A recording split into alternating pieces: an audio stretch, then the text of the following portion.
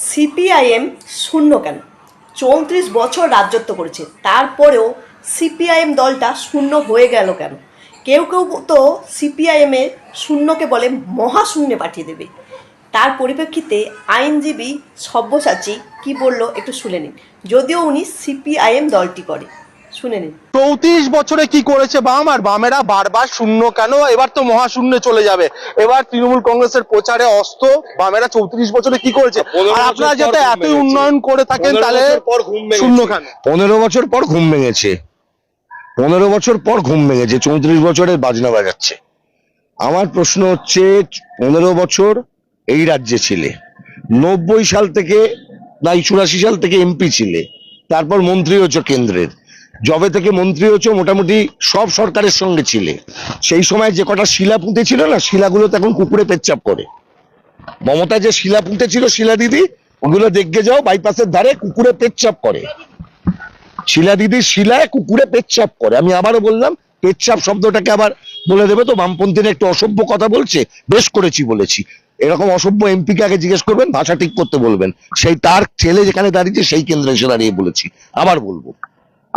আপনারা চাকরি চুরি করেছেন, চিরকুটের মাধ্যমে চাকরি দিয়েছেন, এবং মানুষ আপনাদেরকে আর বিশ্বাস করে। শোনেন, চাকরি চুরি করার পর যে সমস্ত লোকেদের চাকরি গেছিল, তাদের মামলা যে লোকটা করেছিল, উল্টো দিকে এসএসসি রয়ে সেই লোকটাই দাঁড়ায়। খোঁজ নাও কে এসে টাকা নিয়ে মামলা করে তাদের বিরুদ্ধে এসএসসি রয়ে দাঁড়িয়েছে, কে সেই ব্যক্তি, খোঁজ নাও।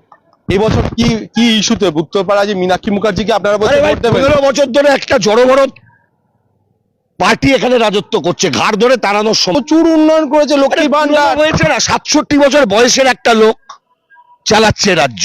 এখন মনে পড়ে না ওই কথাগুলো? দেহত্যাগ না করলে পদত্যাগ করে না, মনে পড়ে না? ভুলে গেছো? দেহত্যাগ না করলে পদত্যাগ করে না, মলমূত্র ত্যাগ ছাড়া ওরা আর কিছু ত্যাগ করেনি, এগুলো ভুলে গেছো? ভদ্রলোক সেরেছে, বর্তমান ভদ্রলোক সেরেছে প্রতিদিন।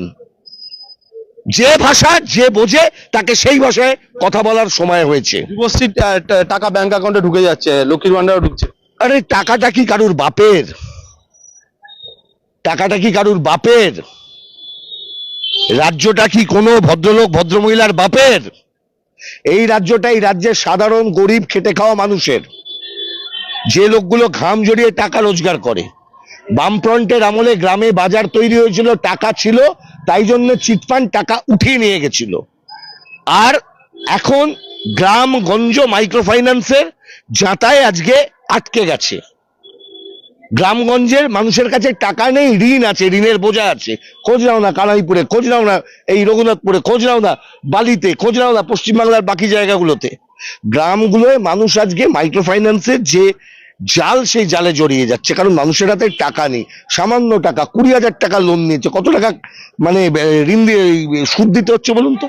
মীনাক্ষী মুখার্জির পূর্বপুরুষদের জিজ্ঞাসা করুন যে কোন নগর হিম্মতর অঞ্চল। আরে মীনাক্ষী মুখার্জির পূর্বপুরুষ এমপি ছিল না, আমি বলিনি, যেটা ওদের অভিযোগ। মীনাক্ষী মুখার্জির পূর্বপুরুষদের জিজ্ঞাসা করুন, ওদের আমলে, বামেদের আমলে হিম্মতর কোন নগর অঞ্চলে দুষ্কৃতীরা ছিল। আমলে 15 বছরে তোদের বাপ কাকারা যখন ছিল পশ্চিম বাংলায় কি হয়েছে, আর উত্তরপাড়ায় কি হয়েছে, আগে হিসেব দে, তারপর কথা হবে।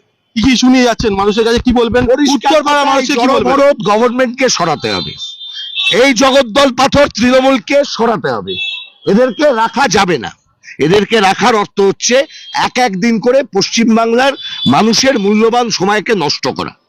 যখন যা পচে যায়, গলে যায়, মাথা পচে গেছে, বললাম না, মমতা পচে গেছে, মানে মাথা থেকে পা পর্যন্ত এবার লাত মেরে তারা